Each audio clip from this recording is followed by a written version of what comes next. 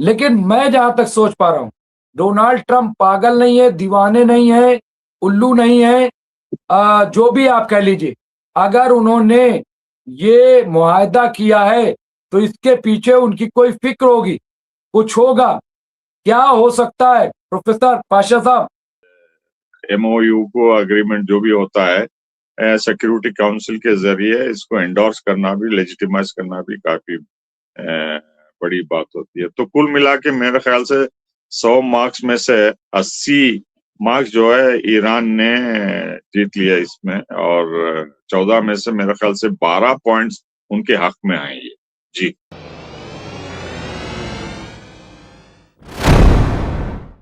आदाब, मैं हूं मुमताज आलम रिजवी और इस वक्त मैं आपकी खिदमत में लाइव हाजिर हूं। बात करूंगा ईरान, अमेरिका, इजराइल, फिलिस्तीन और पूरे मिडिल ईस्ट पर रोशनी डालूंगा और ख़ास तौर से जो भी अपडेट्स होंगी वो आपकी खिदमत में पेश करूंगा।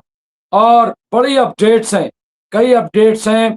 बातचीत हो गई, साइन भी हो गया, सब कुछ हो गया, चीज़ों को अब पेश किया जा रहा है। लेकिन एक बयान जो ईरान से आया है वो बहुत बड़ा बयान है, बहुत बड़ा बयान है। वो बयान ये है कि असल जिहाद तो अब शुरू होगा।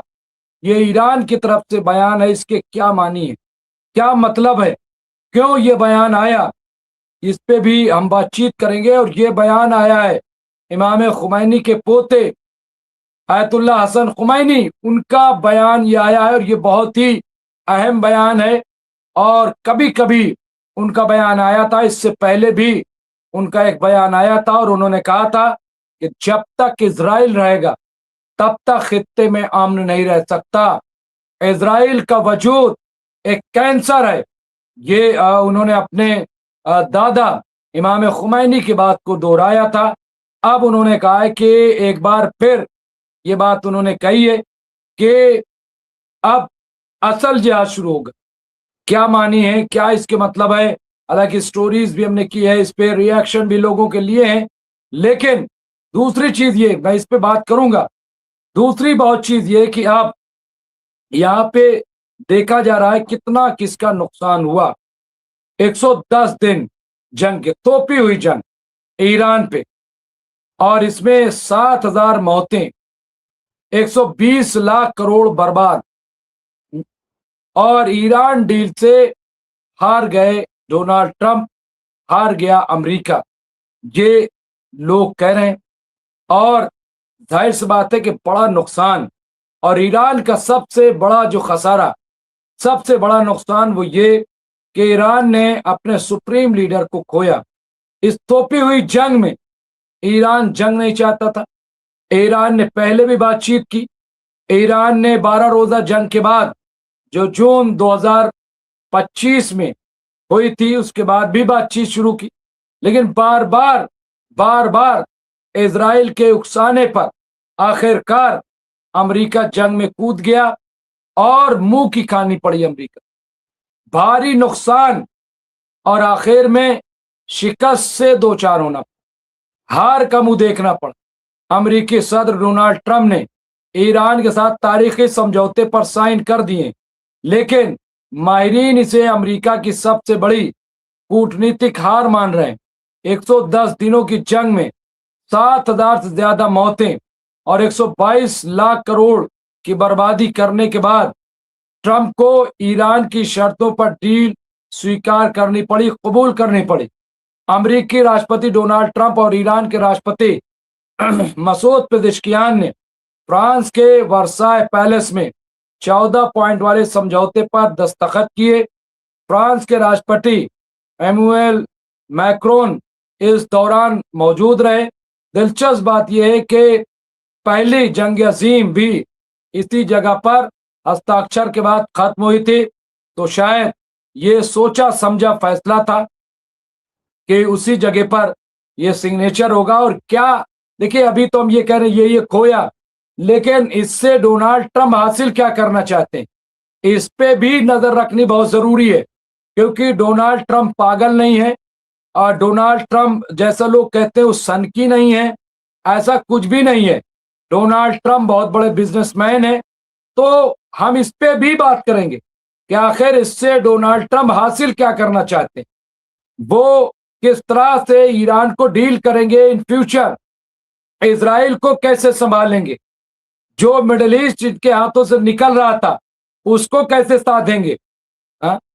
तो बहुत सारी चीजें, मेरा अपना ख्याल ये है कि उस पर भी रोशनी डाली जाएगी। नुकसान हुआ, इसमें दो राय नहीं है, लेकिन अब आने वाले दिनों में किसको कितना फायदा होगा ये भी देखना होगा, ये भी बहुत इंपॉर्टेंट होगा। क्योंकि आप ये देखिए, बज़ाहिर अभी ईरान को सीधे सीधे फायदा दिखाई दे रहा, सीधे सीधे फायदा ईरान का, और है भी, इसमें दो राय नहीं है। 47 साल में मिलने वाली सबसे बड़ी कामयाबी है ईरान को, और ये ईरान ने ताकत की बुनियाद पे, शहादत की बुनियाद पे, हिकमत अमली की बुनियाद पे, अपने असलहों और अ, जो फिक्र के एतबार से ये जीत हासिल की है। महज हथियारों के होने की बुनियाद पर नहीं, बल्कि जज्बा जो था उनके अंदर। तो ये तमाम कई चीजें हैं।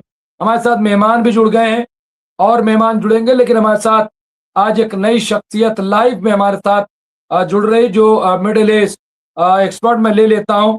हमारे साथ जुड़ गए हैं प्रोफेसर आफ्ताब कमाल पाशा साहब, जो कि मिडिल ईस्ट अफेयर के एक्सपर्ट हैं। जेएनयू में आपने बरसों बरस अपनी खिदमत अंजाम दी है और मिडिल ईस्ट अफेयर्स को देखते रहे हैं, उस पर बड़ी गहरी नज़र है। एक मुहक्किक के तौर पर हम इन्हें जानते हैं और तमाम बड़े बड़े चैनलों पे भी आपको सुना जाता है और बड़ी संजीदगी से। और एमएमसी न्यूज़ इंडिया ने भी जब इन्हें अपने चैनल पे कई मैंने इंटरव्यूज किए, कई गुफ्तगू की, तो उस पर रिएक्शन जो आया वो यही आया कि बहुत ही संजीदा शख्सियत के मालिक हैं प्रोफेसर आफ्ताब कमाल पाशा साहब।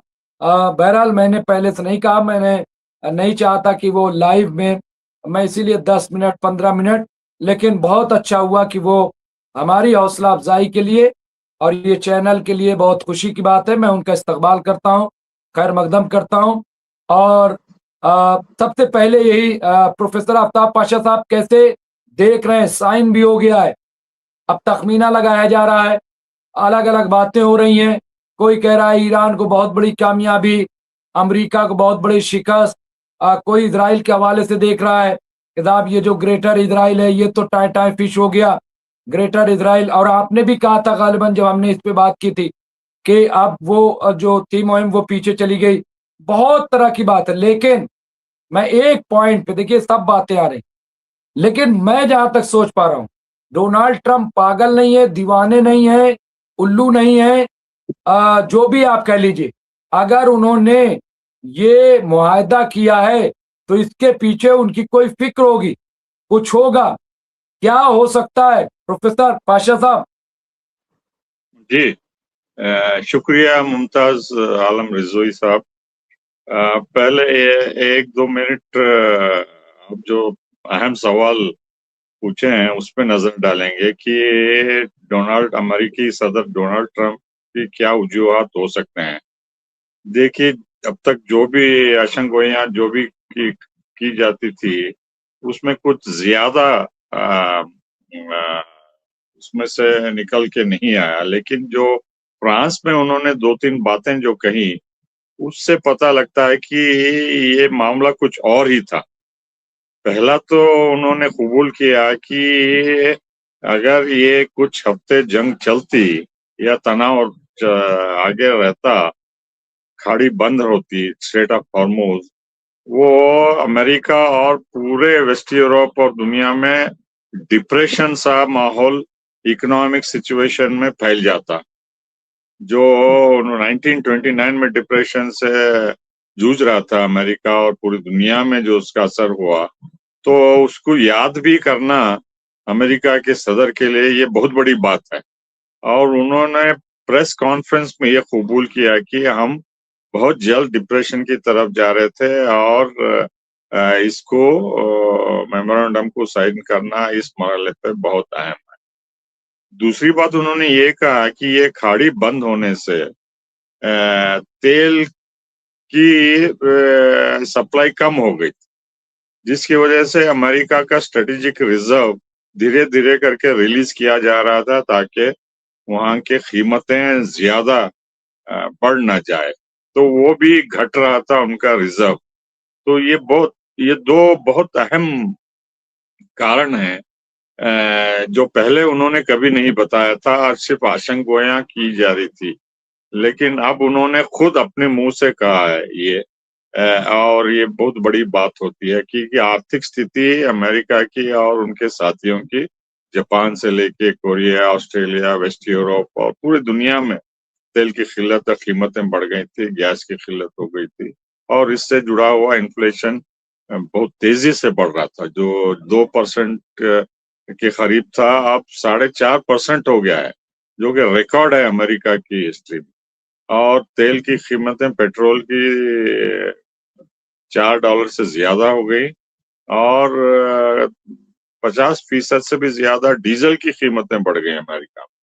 तो जैसा कि आप जानते हैं, अमेरिका में हर एक शख्स या तो पेट्रोल या डीजल की गाड़ी यूज करता है, क्योंकि वहाँ ऑटो रिक्शा और पब्लिक ट्रांसपोर्ट या रेल सिस्टम बहुत कमजोर है। तो हर एक गाड़ी इस्तेमाल करता है कार, चाहे ऑफिस को जाना हो और रोजमर्रा जिंदगी के लिए। तो ये तेल की कीमतें हर दिन उनको चुभ रही थी और जो इन्फ्लेशन है वो भी काफी तेजी से आगे बढ़ गया था। तो ये दो अहम कारण है। और तीसरा मेरे ख्याल से ये है कि उन्होंने हर मुमकिन कोशिश की, हर मुमकिन असला उन्होंने इस्तेमाल किया, बंकर बस्टर बॉम्बिंग से, हवाई जहाजों से, नेवल फोर्सेस से, और हर एक, सिर्फ वहां जमीनी फौज नहीं भेजे, लेकिन हर एक काम उन्होंने किया जो उनके पास असला थी। लेकिन उससे कामयाबी ईरान के खिलाफ नहीं हुई और ईरान बता दिया कि वो मुंह तोड़ जवाब दे सकते हैं। तो ईरान की फतह जो है सिर्फ हथियारों से नहीं हुई, लेकिन डिप्लोमेसी से भी वो एक इतना बेहतरीन मेमोरेंडम ऑफ अंडरस्टैंडिंग में कामयाब हुए, जो कि पूरी दुनिया को चौंका दिया कि ये जितने माहिर हैं लड़ने में, बातचीत करके अपने दिफा और अपने नेशनल इंटरेस्ट को प्रोटेक्ट करने में भी इतने ही माहिर हैं बोलते। तो जल्द जल्द एक मिनट में मैं बता दूंगा कि ईरान का क्या फायदा हुआ। सबसे बढ़ के फायदा ये हुआ कि वहां की हुकूमत अभी भी बरकरार है, क्योंकि इतना बड़ा हमला करना ईरान के ऊपर, दोनों मिलके 15,000 ठिकानों पे अमेरिका ने बमबारी की और इसराइल ने 10,000 ठिकानों पे, और हर एक क्षेत्र में, हर एक सूबे में, प्रोविंस में उन्होंने तबाही मचाई। लेकिन फिर भी वहां की आवाम उनकी हुकूमत के पीछे थी और उनको दाद देना है कि इतने लंबे अरसे तक जो सैंक्शंस जूझ रहे थे और इतनी लंबी जंग, इतनी बर्बादी के बाद भी जो है कुर्बानी दे के वो अपनी हुकूमत के पीछे खड़े रहना, ये बहुत बड़ी बात है, बहुत बड़ी बात है। और ये साबित कर दिए कि वहां की हुकूमत स्टेबल है और पॉपुलर सपोर्ट है, और रेजिम चेंज करना इतना आसान नहीं है मोसाद के जरिए या इजराइल के जरिए। ये रेजिम उनको बचा लिए और ये बहुत बड़ी कामयाबी है। दूसरा ये है कि अपने हथियारों से उन्होंने सुपर पावर को बता दिया कि मिसाइल से वो क्या कर सकते हैं, और पूरे अमेरिका के अड्डे खाड़ी के देशों में और जॉर्डन में और इजराइल को भी इतनी बमबारी की कि वो उनके पास एंटी डिफेंस के मिसाइल्स भी कम हो गए। तो फौजी ताकत भी उन्होंने बताया, और जो command and control Ali Khamenei के और अली लारिजानी के और 80 से ज्यादा जो मिलिट्री जनरल्स और दूसरे लोगों को मारा था अमेरिका और इजराइल ने पहले दिन ही, तो उसके बाद भी वो कमांड एंड कंट्रोल संभाल के जंग जारी रखना, ये बहुत बड़ी कामयाबी है। कोई देश मेरी नजर में नहीं आता कि इतने बड़े वफात के बाद भी जो है ये इतनी सक्सेसफुल कामयाबी से जो है जंग जीते और अमेरिका को हरा दिए और रीजनल सुपर पावर इजराइल को भी हरा दिए। तो इसके बाद अब फर्स्ट आर्टिकल जो एमओयू का है वो ये है कि जंग दोबारा अमेरिका थोपेगा नहीं और कोई साजिश नहीं करेगा बगावत की, अंदरूनी हो या बलूची से हो या कुर्दों से हो या अरबों से हो वगैरह खुजिस्तान। तो ये भी बहुत बड़ी कामयाबी है। और सैंक्शंस उठाना और फ्रोजन असेट्स लौटाना और जो न्यूक्लियर एनरिचमेंट है उस पे अपना बरकरार रखना पॉइंट ऑफ व्यू। और जो आईएईए के UN security council resolution primary secondary sanctions है उसको भी हटाना और $300 बिलियन का फंड रिकंस्ट्रक्शन के लिए करना, ये भी बहुत बड़ी कामयाबी है।